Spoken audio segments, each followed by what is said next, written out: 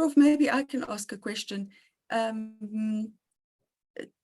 So I like your description of science centers as being a safe place to meet with dangerous ideas and for the right way to learn. Science centers are a place for the right way to learn about sciences and technology. Yes. Do you think the methodology used by science centers is based on the latest research on the most effective ways of teaching science and technology and demystifying complex issues.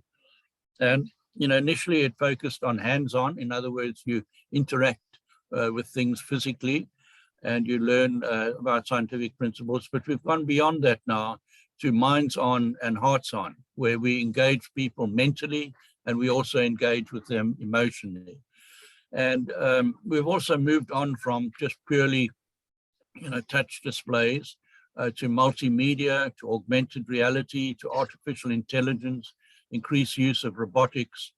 And these are things which individual schools can't do because they're too expensive. But science centers as a pooled resource can do them and then make those facilities available to school groups and the general public, either in-house or through their outreach programs and mobile science centers. So to me, it's a very cost-effective way of getting information about the basic sciences and the application of sciences across to people, especially people living in rural communities whose schools may be under-resourced and who don't have the equipment to teach these more advanced concepts. So to me, it's an extremely important partnership that has to be developed between the formal education sector and science centers. And one sees this in some provinces, for instance, in Gauteng, where the Sci-Bono Discovery Centre is actually a project of the Gauteng Department of Education. And in Cape Town, where the Cape Town Science Centre is strongly funded by the Western Cape Education Department. And we see that trend strengthening countrywide.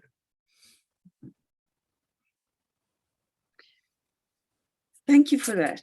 It is a fantastic thing, but I wonder how many people of the public, or how many parents actually realize that there is this wonderful resource, which is all over the country. I mean, there are science centers, 30-something, you said.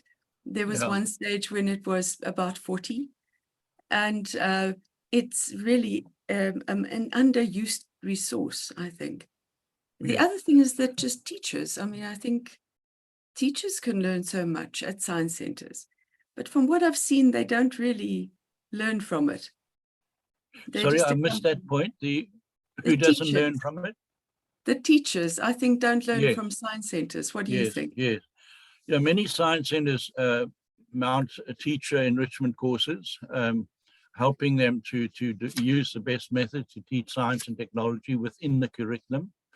But science centers, their goal is not to help kids pass exams. Their goal is to make kids curious, inquisitive, encourage them in their own time to investigate science, join societies, do science hobbies, read science magazines. So, our role is not to help people pass exams, but it's more of a life coaching approach. And I'd like to mention that although the COVID pandemic was disastrous in many ways, science centers took advantage of the opportunity to develop online programs. And many of them after COVID are now continuing their hybrid programs, where they restarted the physical face-to-face programs, but they have continued with their online and virtual programs. So they're reaching a much bigger audience than they ever did before. And this audience is not only in South Africa, but throughout Africa. And I know, for example, the Cape Town Science Centre, on whose board I've continued to serve, they are active in over 30 African countries in various ways through virtual programs. Wow, that is fantastic. In the chat, Sifiso Mofolo says, Morning to everyone. I'm interested in speaking to Dr. Bruton on how he can assist our organization to establish a science center.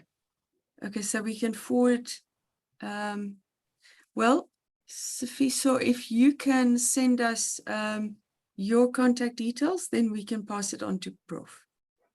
Right, I'd be very happy to help you, and I'd be interested to know what organization you're referring to and where in South Africa you're located.